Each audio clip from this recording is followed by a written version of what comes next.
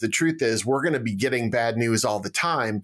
So we have to fortify ourselves. And part of the way we do that is by staying connected to our source, whether that is our faith or whether it's our families or our morality or the connections around us. I always tell people, don't sacrifice yourself on the altar of your empathy. So as much as you care, that's a beautiful thing, but it can really tear you up. And so you have to protect yourself in all of this.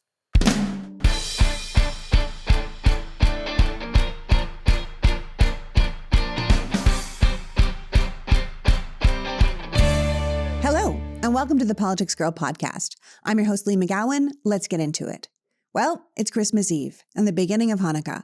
And whether you're listening to this now or later, there is no getting around the fact that we are in the season of hope and goodwill and looking out for your fellow man at a time where many people are feeling the opposite. As today's guest, pastor and writer John Pavlovitz says, these are dark days in America, and it's hard to square that with the season of light.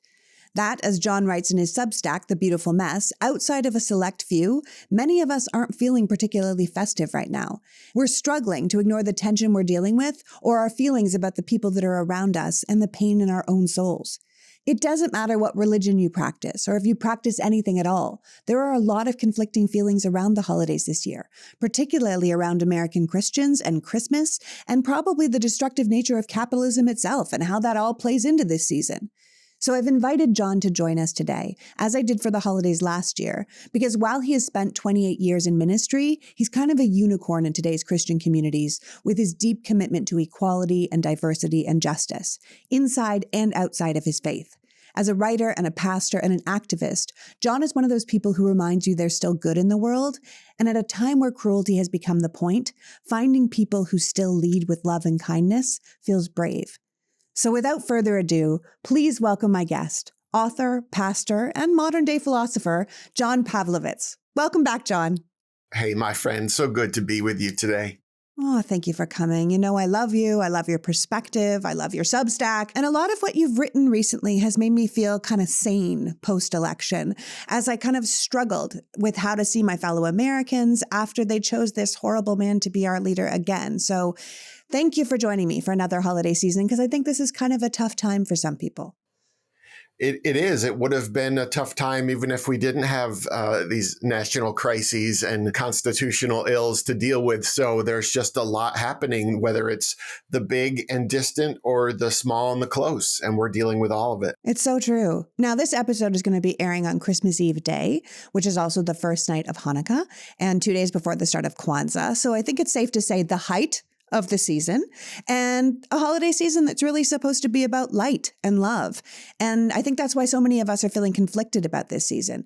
You wrote an article at the beginning of December called The Cost of Knowing, which reminded me of what I believe is an old New Yorker cartoon where a woman and man are walking down the street and the woman says to the man, "My desire to stay informed directly conflicts with my desire to stay sane."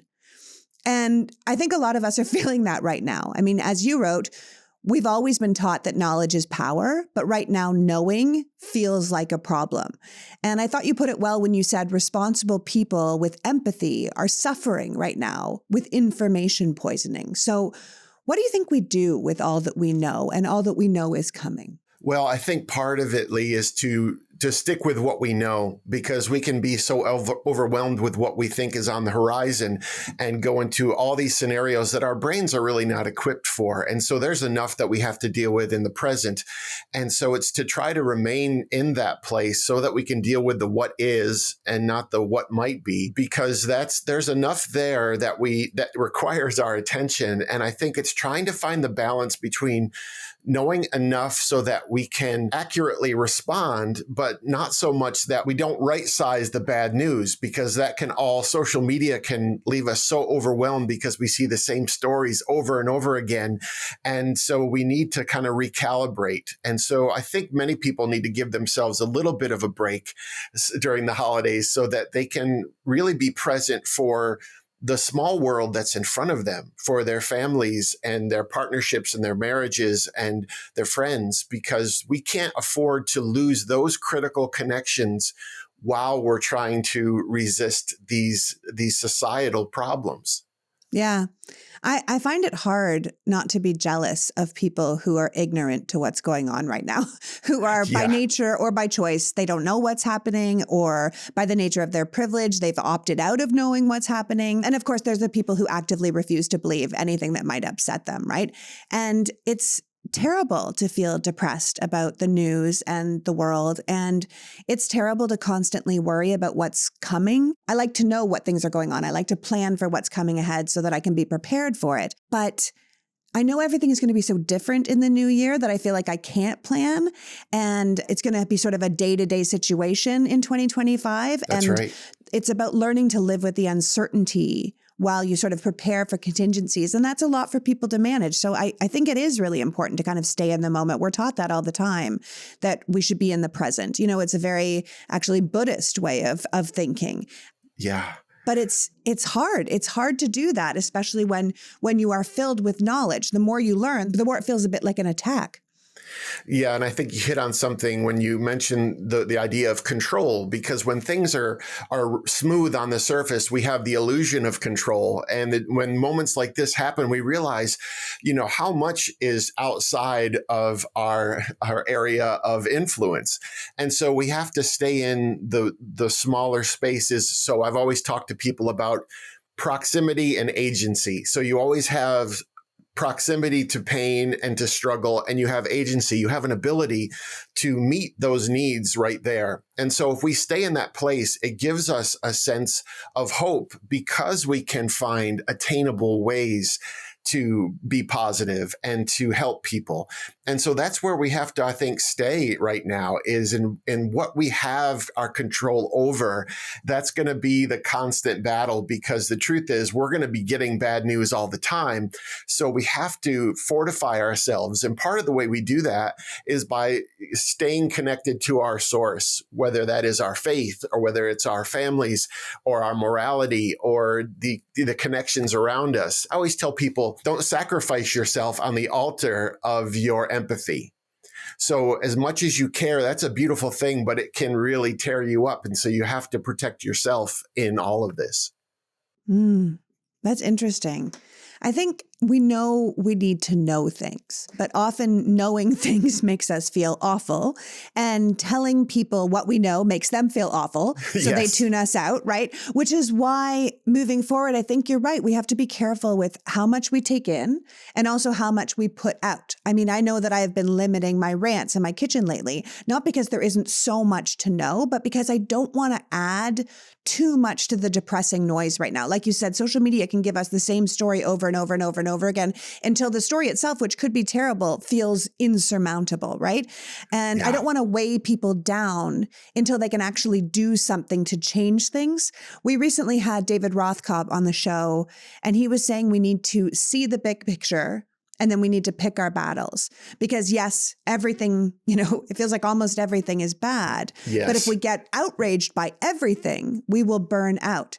And you smartly pointed out in your own writing that if there is a way forward through this, it isn't about knowing less, but absorbing the information in a way that doesn't hurt us, where we can still be productive.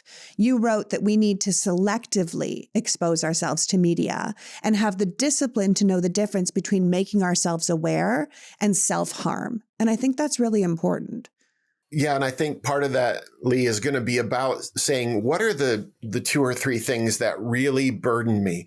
So we can look at something like LGBTQ equality or healthcare or immigration, and we're, again, going to be getting bad news on all those fronts. So it's sort of deciding in advance, what are the 2 or 3 things that really boil my blood? What are the things that keep me up at night? And lean into those particular burdens and figure out how we can alleviate the pain that's close to us in those areas, and realize that there are other people who are going to be filling the needs elsewhere. So, and one of the most powerful parts of that is getting into communities.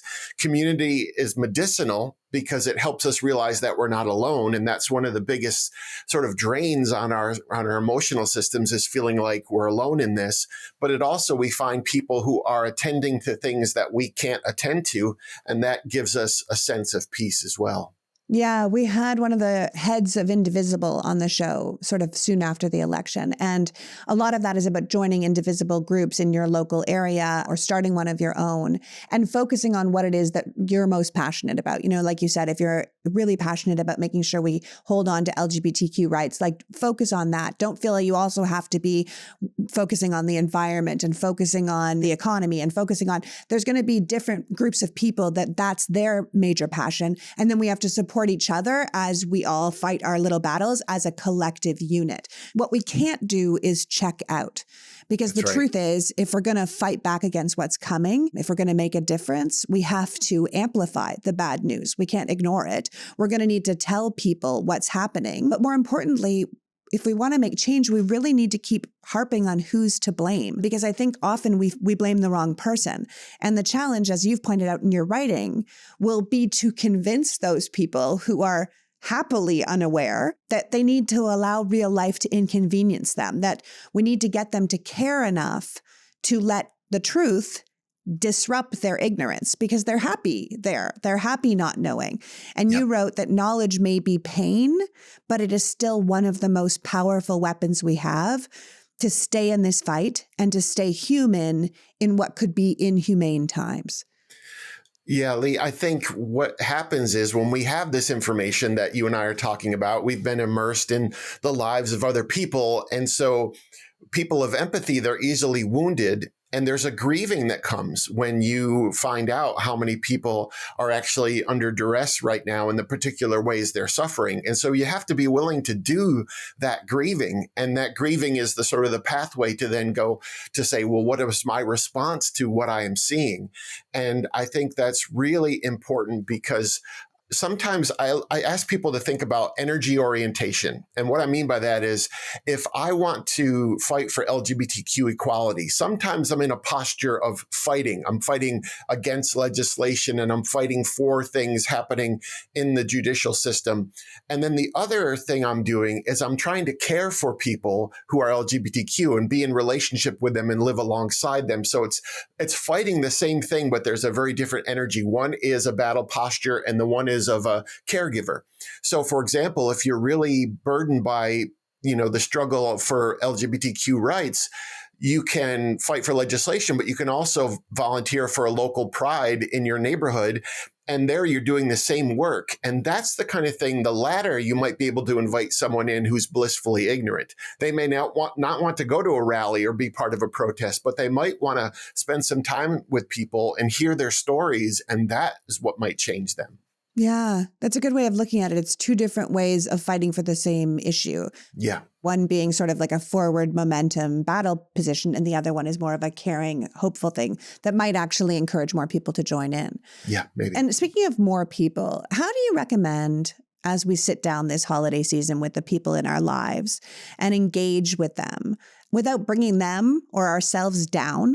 How do we exist amongst our relatives that don't share our political views, or the ones who do, but with whom we might have a tendency to spiral into depression with? How do you recommend we do that? We sit down over these holidays and really interact with the people in our lives. Well, I think a couple of things as you're sharing it, I'm thinking of different family members, and some of them are still receptive to me, and they're open to having conversations, and they're still curious.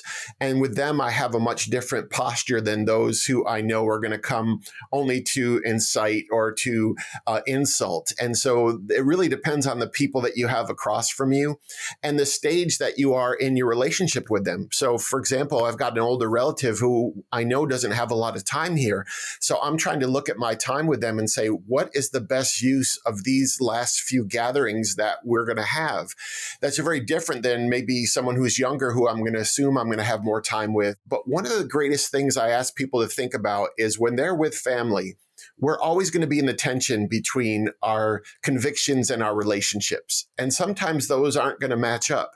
And so we have to choose, who are we going to lean into? What are we going to try to preserve the relationship across the table from us? Or are we going to try to stand with and for marginalized people? And we may have to represent them in that conversation with a relative and risk the turbulence and risk the difficult conversations, the awkward moments. So it's a really delicate balance. And you really have to just say, as I enter this gathering with people who I know and love, who am I going to choose to be? How am I going to show up in this moment? I can't control their politics or their religion or how they respond to criticism.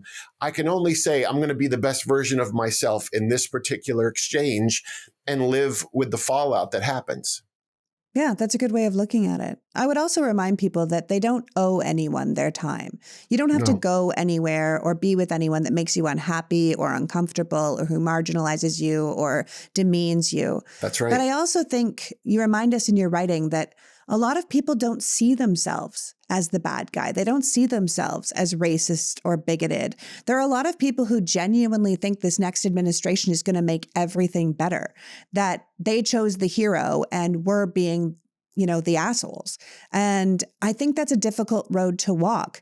I mean, I do think sometimes biting your tongue and waiting, and like you're saying, just being the good person you are and living in your own truth is good, and sort of holding out for the results. I often say go into things with curiosity, like, where did you hear that?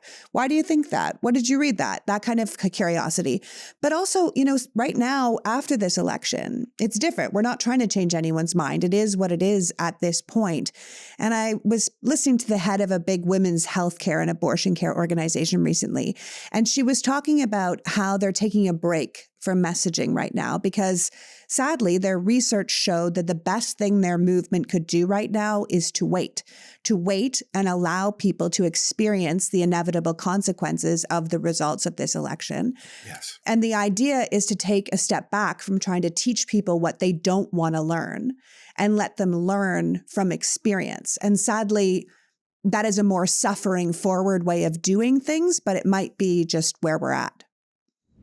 How many transactions do you think you make each month? Honestly, I couldn't even guess, but it turns out the average US consumer makes about 70 payments a month, probably near double in the holidays. And trying to keep track of all of that can feel impossible, but that's exactly why Rocket Money is so helpful. Rocket Money is a personal finance app that helps you save more, spend less, and take control of your financial life. It puts all your checking, savings, credit cards, and investments into one place so you get a clear idea of how you spend your money. It helps you see the trends, and that makes it so much easier than combing through your bank statements as you figure it out yourself. Rocket Money also has a custom budget tool that identifies your top spending categories, whether that's dining out, travel, or groceries, and it helps you adjust in places where it might be good to rein it in. Plus, it can automatically save money for you for specific goals. So whether you're looking to pay off a debt or save for a big purchase or just put a little money aside, Rocket Money can help. And here's something I think everyone can appreciate. Rocket Money will even negotiate lower bills for you, sometimes by up to 20%. Imagine saving on your cell phone bill or your cable bill without ever having to deal with customer service. It's no wonder Rocket Money has over 5 million happy members and have saved users over $1 billion across their features. Let Rocket Money help you reach your financial goals faster. Get Rocket Money today at rocketmoney.com/politicsgirl. That's rocketmoney.com/politicsgirl. rocketmoney.com/politicsgirl. I know everything feels more expensive these days. Buying presents is rough, but even buying the basics can be tough.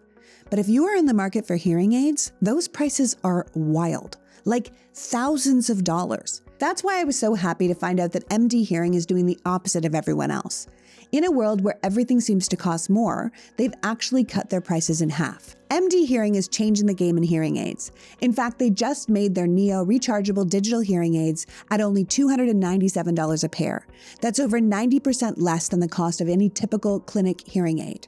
And the Neo fits snugly inside your ear, so it's practically invisible.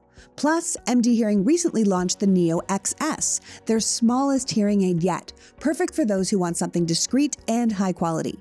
MD Hearing was founded by an ENT surgeon who found countless patients in need of hearing aids but couldn't afford them. He made it his mission to create hearing aids that were not just affordable, but genuinely excellent. And they succeeded with over 1.9 million hearing aids sold and countless lives improved. And here's the kicker. MD Hearing was recently selected as the hearing aid supplier for top Medicare Advantage plans. That tells you a lot about the quality and trustworthiness of this brand. This holiday season, get the hearing you deserve with MD Hearing. Go to shopmdhearing.com and use the promo code PoliticsGirl to get a pair of hearing aids for just $297. Plus, they're throwing in a free extra charging case, a $100 value, just for listeners of Politics Girl. That's shopmdhearing.com, promo code PoliticsGirl, and get a pair of hearing aids for just $297. The holiday season is here, and with it comes the joy of baked goods. But maybe you don't have the time for the mess and stress of homemade baking. Well, that is where Wild Grain comes in, making it easy to bake up a storm without breaking a sweat. Now, if you haven't heard of Wild Grain, it is the first ever Bake from Frozen subscription box for artisanal breads and pastries and pastas. And I'll tell you, it's awesome. Everything in the box bakes straight from the freezer in 25 minutes or less. No prep, no mess, just the smell of freshly baked bread or pastries filling your home. And Wild Grain lets you customize your box to match your tastes or dietary needs. They've got their classic box, a new gluten-free box, and even a 100% plant-based box for all our vegans out there. Personally, I'm kind of obsessed. I made us chocolate croissants in 20 minutes the other morning. I added a baguette to dinner, and they have ready-to-heat cookies as a treat at the end of the day. Plus, it's the holidays, so who doesn't want fresh pastries on a chilly winter morning? This holiday season, treat yourself and your guests to something special. Wild Grain is offering Politics Girl listeners $30 off their first box, plus a free item in every box. Yep, you heard that right.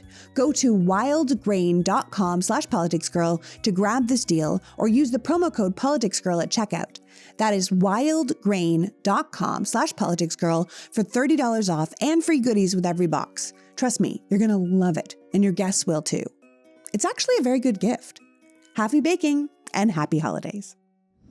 That is a more suffering forward way of doing things, but it might be just where we're at. Many of us are waiting to dole out the I told you so's, and that's going to be very tempting. I've had to fight that probably 1,000 times today already, but I think we have to have a little gentleness because, as you said, no one ever thinks they're doing it wrong, whether it's politics or religion or raising a family. And so everyone, the story in our heads is that we're a decent human being.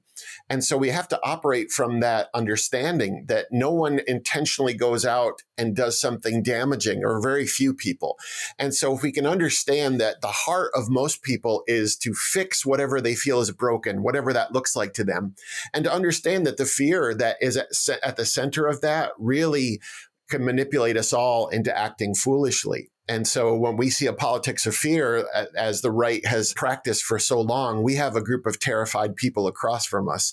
And so that's another thing that figures into this. It's helping to understand that everyone wants to feel secure and safe, and really the instincts are the same. It's just the way those are getting expressed are very different right now. Yeah. And it's what we get from propaganda, right? It's what we get from people being inundated every day with fear and lies. And it's what we get from the mainstream media choosing profit over the truth, right? We might have a whole group of people who don't really know the truth until it literally hits them in the face. And we just have to hope it's not too late by that time to wake people up, to pull people back up and set us on a different path once the wool comes off their eyes. You know, it reminds me of, like, if I tell you not to touch the stove because it's hot, and you just refuse to believe me, and you fight to get to the stove over and over again, and you belittle me and you push me out of the way only to get burnt. You know, that might be what happens. And we just have to make sure that the same propaganda and the mainstream media machine that did this to people doesn't turn around and blame us for letting them touch the stove, right? Which I think is what happens a lot. And then many of us innocent people get burnt along the way as they make this mistake. So I think that's what we have to be careful of moving into this next moment, that we need to learn to live in the moment, but that moment needs to be followed up with excellent leadership and quality messaging on our part so that it doesn't get turned around again. Yeah, I talked to a group of activists and recently about the election, and many of them were saying if Kamala had won, but the Congress had still been in Republican control, we could have had such a chaotic experience. And that maybe now, because things were so lopsided, at least with the presidency and Congress, that many on the right who are more incendiary might relax a little bit and exhale. But what's going to happen is the results of the election, as you said, they're going to show up in legislation that is passed or that legislation they try to pass. And many people who thought we were adversaries are going to realize that we were allies all along. That's my deep hope. I've been trying to tell Trump supporters for years, I'm with you. I'm for you. I'm actually fighting him because I care about you more than he does. And that's my hope, is that in the coming year, we're going to all see together that we are not the enemy of one another. It's the disinformation, it's the fear mongering, and it's the people in power who are the people we need to oppose together. And maybe this will offer us a chance to do that in a way we haven't in a while. Yeah. I think that is what I'm hoping for too. It's what I'm holding out my hope for, that it's going to be absolutely terrible for so many people. And yet maybe because the Democrats have zero power, there won't be a scapegoat in which to point the finger at as readily as they've been able to in the past. You wrote a piece at the beginning of December called "America Chose the Monster." And it starts by saying that we all make mistakes, that most of us can remember a time in our life when our judgment was off, or looking back, we can see that we blew it, right? And we feel embarrassed about it, or we feel ashamed of our choice. And while regret in itself is a universal condition, it often comes down to us wavering with the desire to escape from the feelings of guilt that accompany it. And you point out in your writing that for most people, that comes down to a time where we run out of excuses, right? Where we can't continue to pretend we didn't know what we were doing or we were tricked. And we have to kind of come to terms with our own bad decisions. And if we want to move forward, I think all the anonymous programs are based around that. All the AA programs, like at first you have to admit you have a problem, right? And then there's all these steps you have to take to kind of come to terms with what you have done. But you said it really beautifully. You said America was given a choice between a monster and a qualified, intelligent, joyful woman of color, and we chose the monster. So as a country, we need to collectively reckon with the fallout of that kind of a poor decision. And that is going to require reaching across the aisles of difference and saying this is something that we arrived at collectively. And I don't know how we do that other than to say there was an environment far before Trump. There were systems in America that have existed for, a couple hundred years, and that this is now they've all come to the surface. And so we're really looking in the mirror of our nation right now. And that includes all of us in different ways, different levels of privilege and what that means. And there has to be a personal inventory of, how have I benefited from the systems? How have I been negligent or slow in changing those systems? And going forward, who do I want to be and how do I want to shape the future of this nation? Because it's in our control as much as it's ever been. We still have the same avenues that we've always had. And so what are we going to do with the rest of the time we have here? And I think the end of the year and the holidays are a good time to say, what do I want my personal legacy to be? I've given a talk around the country over the past 18 months before the election.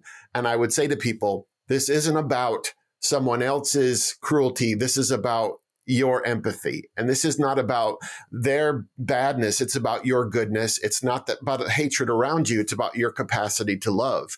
And that's what it's always going to be about. We can lament everything around us that we feel is wrong, but ultimately we can look in the mirror and say, what can I do? And that's where we all have to be, I think. Yeah.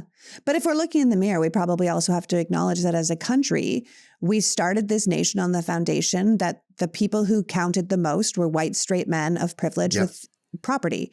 And we have circled back around almost 250 years later to say, who are we going to favor? White, straight man of privilege and property. And it is exactly how we built the nation. So we can't be so shocked that this is where we ended up, or that the people who started with the original amounts of power are now saying, well, wait a second, I'd like to be back on top of that pyramid again. And this is where we are. So the question is, what are we going to do with that? And I think that that's actually a real opportunity for us to perhaps create a nation that actually includes more than those originally were included. And I think what people struggle with the Trump election in many ways is that it feels like Americans chose to abandon decency. We chose to abandon equality or honesty or goodness, that we collectively doubled down on bigotry and criminality and chose someone we know to be a criminal and an adjudicated rapist to lead us. And he's surrounding himself with the same type of people. And that is hard for people of empathy to accept, right?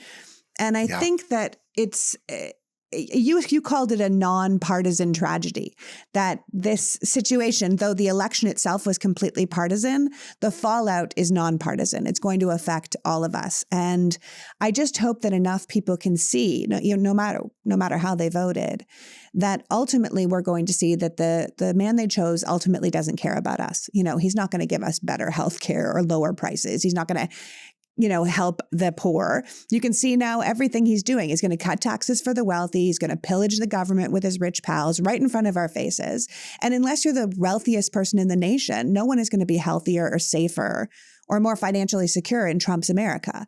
And that is exactly what you said, a tragedy. And hopefully, even though it's a scary time, it's an awakening for a lot of us, even people who might have voted for this. And although people don't make great decisions when they are in fear, you said, well, that we should be holding up the light, right? That's the smartest thing to do, to hold up the light in the darkness for each other, but also to hold up the light on the worst things that are happening. Yeah, if there's anything we don't want to stop doing, it's being informed and then, letting people know what's actually happening. And fighting that disinformation is going to be more difficult than ever. But I think part of it happens, it's relational activism. So you talk about the people who voted for Trump, and our street is filled with people who did. And so now I have to realize, okay, I have a responsibility to interact with them as we go through this, the difficulties of the coming months, and try to pull them into a collective response and let them know that I'm in it with them, rather than say, okay, see what you've done, and give them a middle finger, figuratively or literally. And I have to figure out, how can I show them who I am and what this movement is, what the moderate and left movement really is about. It really is about the diversity of humanity. And so they represent part of that diversity. If my sense of diversity or the bigger table is only from the center to the left of me, then I'm really not practicing what I've been preaching. And that's the hardest place right now. It's going to be showing empathy toward people who have shown very little empathy. Yeah, that is a tough call. I mean, it's a tough thing to do. It's a tough hill to climb. And I think in a lot of ways, I don't think people need to start there. They can start with being a good person themselves. I often say, if you're going to reach out to anyone right now, reach out to the people who didn't think they needed to vote. Those are an easier conversation to have. The people that were like, it didn't matter. You can be like, look, it really did. Look what's happening now. I do think people love a villain. For a long time, the Democrats were a villain. I think very easily now we can see that we could potentially make the billionaires the villain, because that's what they are. And they're trying to rape and pillage the country as we speak. And most of us are not and never will be billionaires. So it allows us to collectively see them for what they're doing. And, Donald Trump casts a wide shadow, right? He has no shame. He can take the hits, but he stands with a huge shadow behind him where the rest of those billionaires are hiding, and they are not used to negative attention or scrutiny. We have to make sure that they can't hide from their behavior or the fallout of these terrible decisions behind the shadow of Donald Trump's behavior, right? So I think we need to give our neighbors and our friends the ability to see that, to illuminate what's going to be happening in every sort of corner of American society, and give them a reason to work with us to stop it, to show a better alternative than this evil American aristocracy. Yeah, and I think one of the difficult things we have in front of us, Lee, is that we know what it feels like to be in a gathering where diversity is celebrated and where difference of opinion to a responsible degree is lived with. And we know how beautiful that can be. And so I think the people on the right who have been living under this fear and this constant perpetuation of stereotypes and prejudices, they've sort of lost their imagination on what it can actually look like. Why do they fear difference? Why are they against more people having what they have? And if we could only illustrate that, if we could show them a tangible, expression of that, maybe it could wake people up that, hey, this is the better way. And that's going to be the challenge, because the disinformation network is so organized and so strong. What do you combat that with? How do you have a sort of propaganda of hope that you can let people know, like, this is actually what it feels like? I remember being at a Kamala rally a few months ago and looking around and saying, this is just the better way to live. Everyone there realized that they were welcomed. And that's what you want to invite people from the right into, because they've lost sight of even wanting that. Yeah, that's true. It's a lot like the content online when you see women not complaining about their husbands and being like, oh, I love my husband. He's fantastic. And he supports me doing this, this, and that. And, like, here he is doing this. And then it's just endless comments about what a cuck he is and why he's such a beta. And, it's like, even showing something more positive often gives people a negative reaction. And we sort of have to keep leading by example. So let's bring it back to the holiday, right? The reason for the season. Sure. You wrote, for most of your life, you have absolutely loved this time of year. And you are not alone, my friend. I feel the same way. But this idea of everyone being in the holiday spirit, right? Being a little more friendly to each other, a little kinder, being really, really busy before the holidays and then slowing down and spending that time with friends and family and maybe looking out for the less fortunate. And things might be feeling a little different to people this year, maybe not so merry and bright, right? And you wrote that many people might be feeling themselves, their own light dimming these days. And what would you say to the people that are feeling that right now? I would tell them that part of the reason they feel that is the goodness within them, that the compassion that and their humanity that's coming to bear right now. And so for the ways that we feel saddened or disheartened or disenchanted, I would say to almost celebrate that, because that's your soul doing what a soul is supposed to do. It's an alarm that says something is not right. And so that grieving and that sadness shouldn't be unwelcome in the holidays. It should be something where you say, I'm going to take that sadness and that grief and I'm going to transform it into something else, whether that is a small gathering with a couple of people who I feel really connected to, whether it's me giving a little bit more time to people in need than I might normally do. What are some small ways that I can reaffirm what matters to me, reestablish my why again? Because the reasons you're disheartened, they're valid. And they're a reminder that you are a good human being, and we need good human beings right now. So that's my story right now.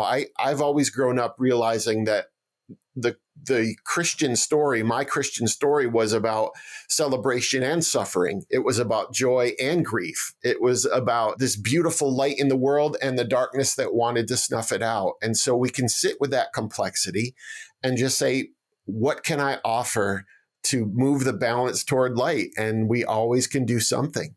Yeah, do something.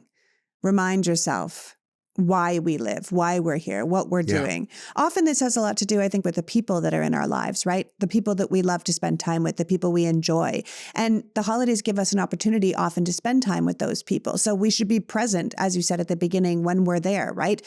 Take the time to laugh, give yourself those moments, do the things that bring other people joy. That often brings you joy. I know that I personally love giving presents way more than I love receiving presents. I get really excited to watch people open things I know that are going to make them happy, and it gets you out of your own head, right? And I also think people should be kind to themselves, right? If they have to cry, cry. If you want to sleep, sleep. If you hate your Aunt Becky, then don't talk to that bitch. Find ways to sustain your energy, because we're going to need that energy moving forward. You wrote, in the days when darkness seems to be winning, do not lose your spark. Protect, nurture, and kindle it. And I think that's so important. You remind us to kind of look around carefully and find the things and the people that give us hope.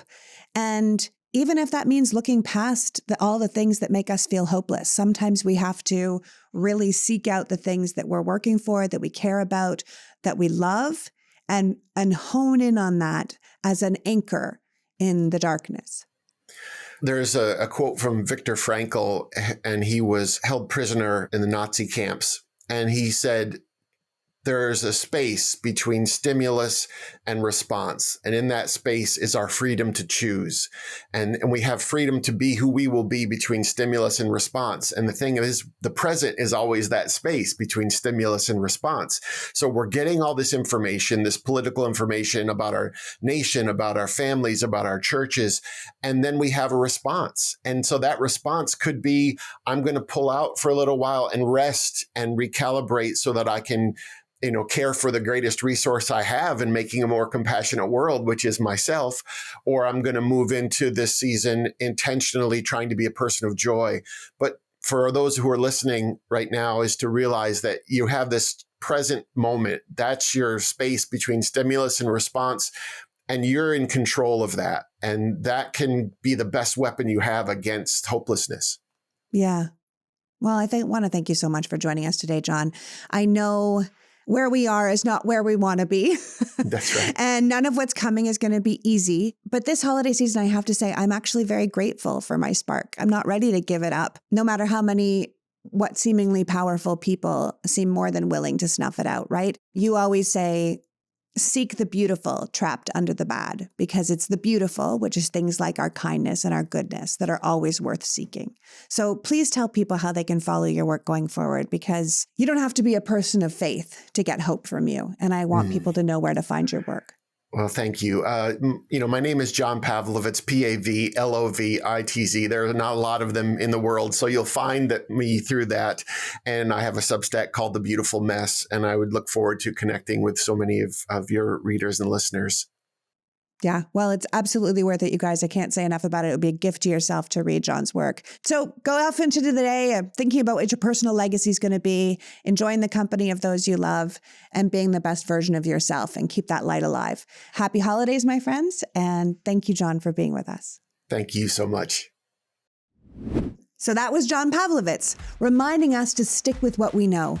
That bad news might be coming at us at 100 miles an hour, but we will fare best if we stay in the present, dealing with what is rather than what might be. To find a balance between knowing what's going on and being drowned by what's going on.